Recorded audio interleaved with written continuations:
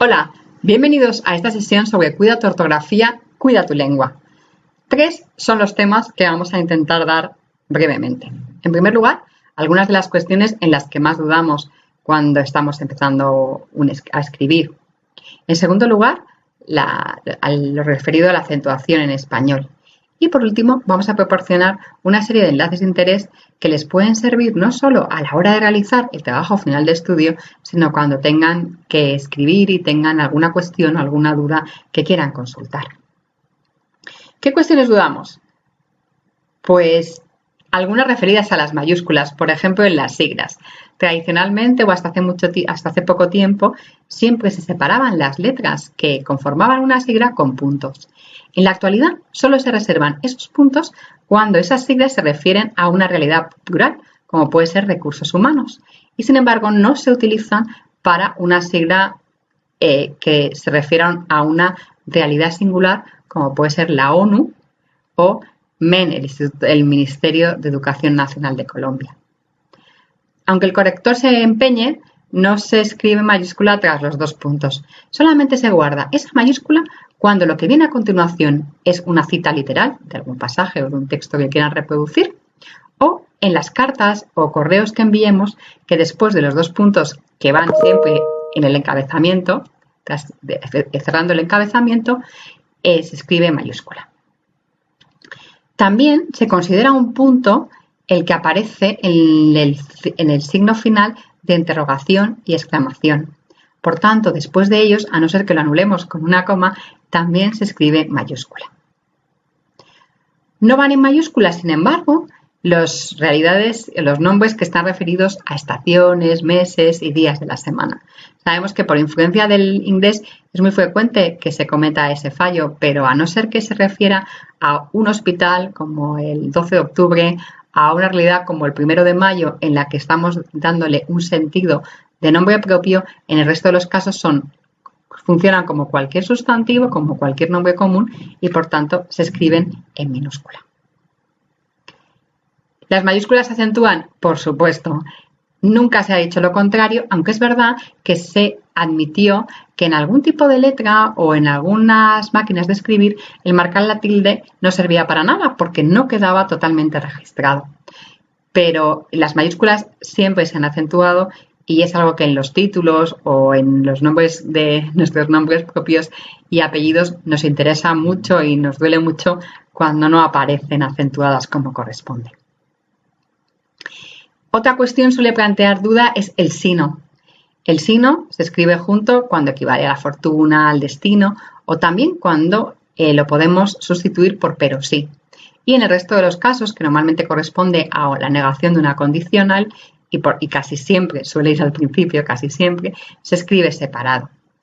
También es aconsejable que los nombres de las letras, de los números, cuando estemos en un texto académico y no nos estemos refiriendo a una fórmula matemática ni a puntos de viñeta, se escriban con todas las letras. Es importante este caso porque queda muy mal en un texto académico que digamos vamos a tratar estos 5 aspectos y todo esté redactado y con todas las palabras y sus letras y el 5 pues lo mantengamos con garismos o con cifra. Pasamos ya al segundo aspecto, que es el de la acentuación. Es muy interesante saber que en español no solamente la tilde, es decir, esa marca gráfica que ponemos sobre una vocal y que va de abajo a arriba, de izquierda a derecha, nos sirve para indicar cuál es la sílaba tónica de una palabra, cuál es la que pronunciamos con más ímpetu, sino que también la tilde nos puede servir en algunos casos como diacrítico, es decir, para diferenciar 2 palabras que se escriben igual y que solo se distinguen por la tilde porque tienen significados y categorías diferentes. Y el tercer caso es para decirnos que en una sílaba esas 2 vocales no se pronuncian juntas, sino que están separadas porque forman un hiato. Vamos a verlo con calma.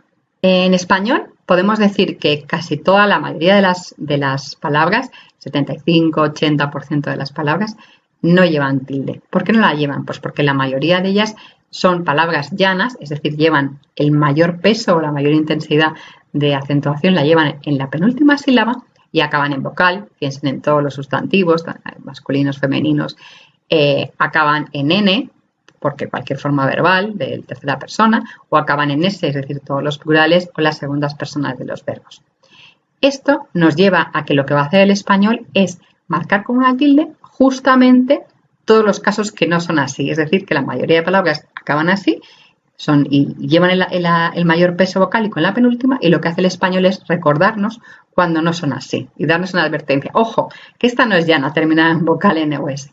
Por lo tanto, van a llevar tilde todas las palabras llanas, que les damos mayor ímpetu en la penúltima sílaba, si no acaban en vocal N o S, como es el caso del lápiz.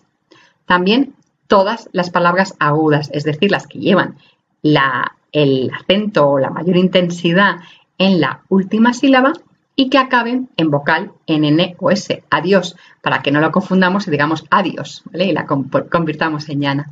Y por último, van acentuadas con tilde todas las palabras que llevan el mayor peso o la mayor intensidad en la penúltima o en la antepenúltima sílaba. Es decir, las esdrújulas o sobreesdrújulas, como por ejemplo, pues la palabra tónica. Si hasta aquí todo está entendido, ¿qué pasa con las palabras que solamente tienen una sílaba? En teoría, esas palabras se consideran monosílabas, mono, una sílaba, y no tendrían que llevar tilde, porque si solamente tiene una sílaba, no tenemos que marcar ni diferenciar la que dentro de ella tiene mayor peso. Sin embargo, y aquí venimos y llegamos al segundo uso de la tilde en español, estas palabras a veces se acentúan porque llevan una tilde diacrítica. Lo que nos permite esta tilde no es saber identificar qué sílaba tenemos que marcar con más ímpetu o más eficiencia, sino lo que nos permite es diferenciar significados diferentes, porque son palabras distintas. El T del pronombre y el T sustantivo se distinguen precisamente por esta tilde, igual que los adjetivos mi y tú posesivos se distinguen de los correspondientes pronombres mi y tú, ¿vale? Cuando funcionan como pronombres. También el de preposición no lleva y el de cuando es verbo sí. Y el se, pronombre o fórmula en crítica, no lo lleva, y el se cuando es del verbo saber o del verbo ser sí lo lleva. Más cuando equivale a la conjunción pero no lo lleva, y más cuando le damos mucha intensidad porque por algo es un adverbio de cantidad, sí que lleva esa tilde. También distinguimos el sí, que esto me encanta porque tenemos dos síes que no llevan tilde, que son cuando funciona como una conjunción, el sí dice, y cuando es la nota musical, el sí, y sí lo llevan cuando es afirmación y también cuando es pronombre. Y para acabar, el pronombre personal, él, lleva tilde y en cambio él cuando es un artículo no la lleva.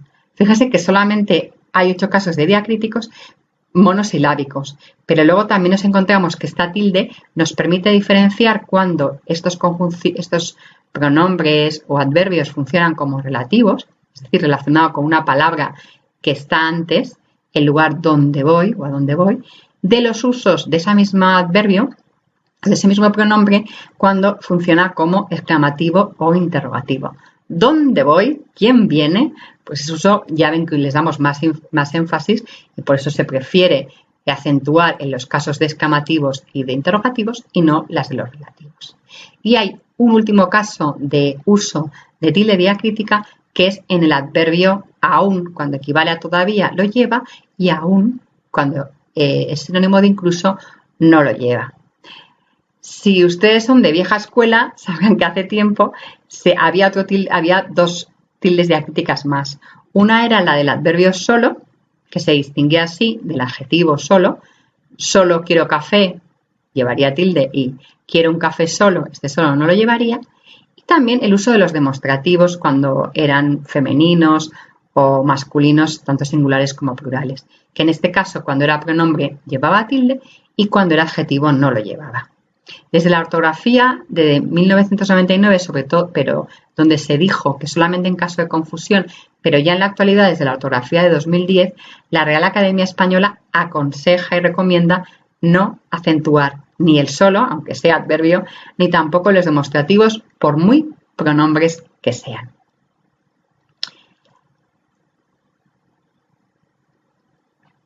Nunca se han acentuado o se han acentuado hace mucho tiempo, en tiempos de mi abuela, que así lo ponían, el ti, el di, el fue, el fui.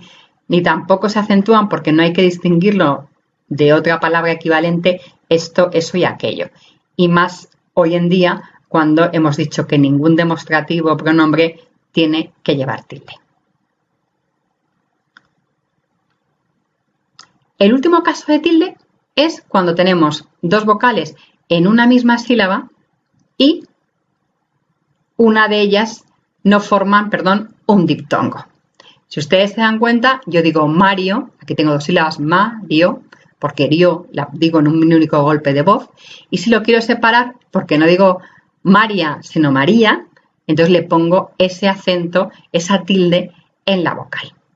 Cosa curiosa, para indicarlo, precisamente, y para que no haya confusión, siempre pongo esa tilde que separa el diptongo en la vocal débil. Está bien, no me pongo en plan gramatical en la I o en la U. Por lo tanto, es río y él se rió.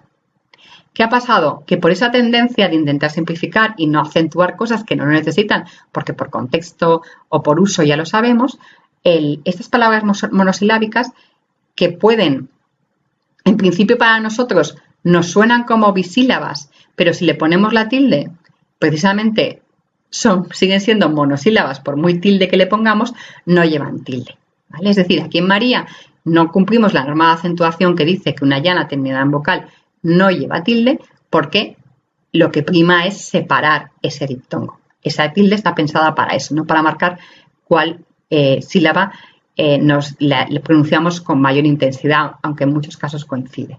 ¿Qué pasa? Que en palabras como guión o truán, es verdad que la mayor ímpetu de fuerza o a la hora de acentuar o pronunciar va en la sílaba final, en el on o el truán.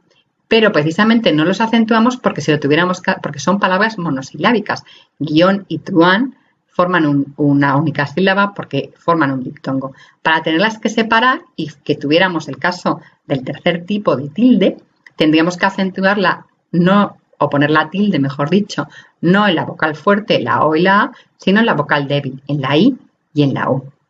Por esa razón es por las que a partir de la gramática, de la ortografía de 2010, se nos aconseja que estas palabras no lleven tilde cuando se pronuncie fíe, no fíe, me fíe, río, no se llevaría tilde igualmente, pero río no, uy tampoco, guión y truán.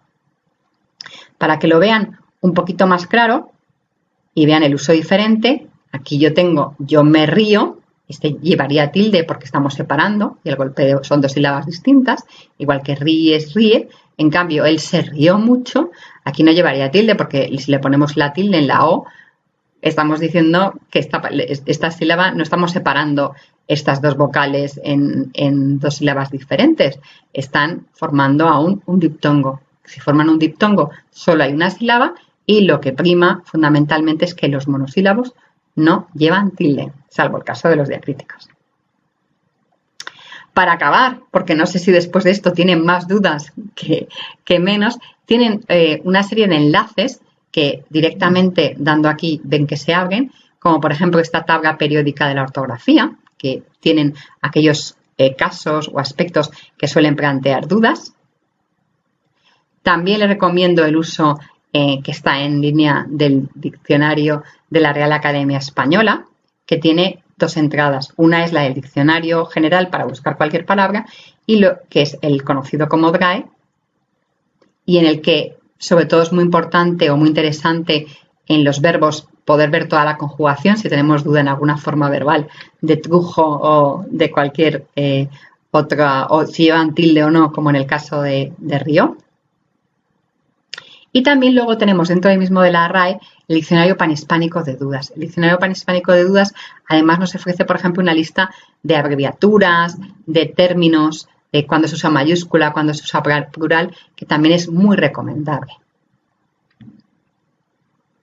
Siguiendo estos enlaces y estando todavía en la RAE, tenemos un apartado aquí de consultas lingüísticas, de preguntas frecuentes, donde normalmente, bueno, aquí ahora en la actualidad están todos los cambios que se han producido en la ortografía 2010, como por ejemplo, pues el uso de los prefijos ex, ¿vale? De ex, anti o cualquiera de ellos, que lo que aconseja la RAE es escribirlo junto a la palabra a la que está derivando. También es muy interesante la Fundeu, Fundación del Español Urgente, porque está muy actualizado y cualquier duda que tengan en estos instantes sobre algún tema de actualidad pueden consultar y ver cuál es la recomendación y la norma general es, en la medida de lo posible, españolizar o escribir con grafía española y gramática española todas las palabras que se puedan y si no, en caso contrario, pues coger un préstamo de otras lenguas que también nos enriquecen en algunos casos. Si lo que dudan es sobre la puntuación, aquí se pueden descargar, solamente está el capítulo de la coma, pero es un libro, el de Perdón Imposible, que es muy interesante porque repasa todos los usos de puntos, de comas, de una manera muy amena y con ejemplos de gran interés. Ya digo que aquí, en este enlace, solamente está disponible el capítulo sobre la coma. Muchas gracias, espero que les haya servido estos minutos y mucha suerte y que vaya muy bien su trabajo final de estudios.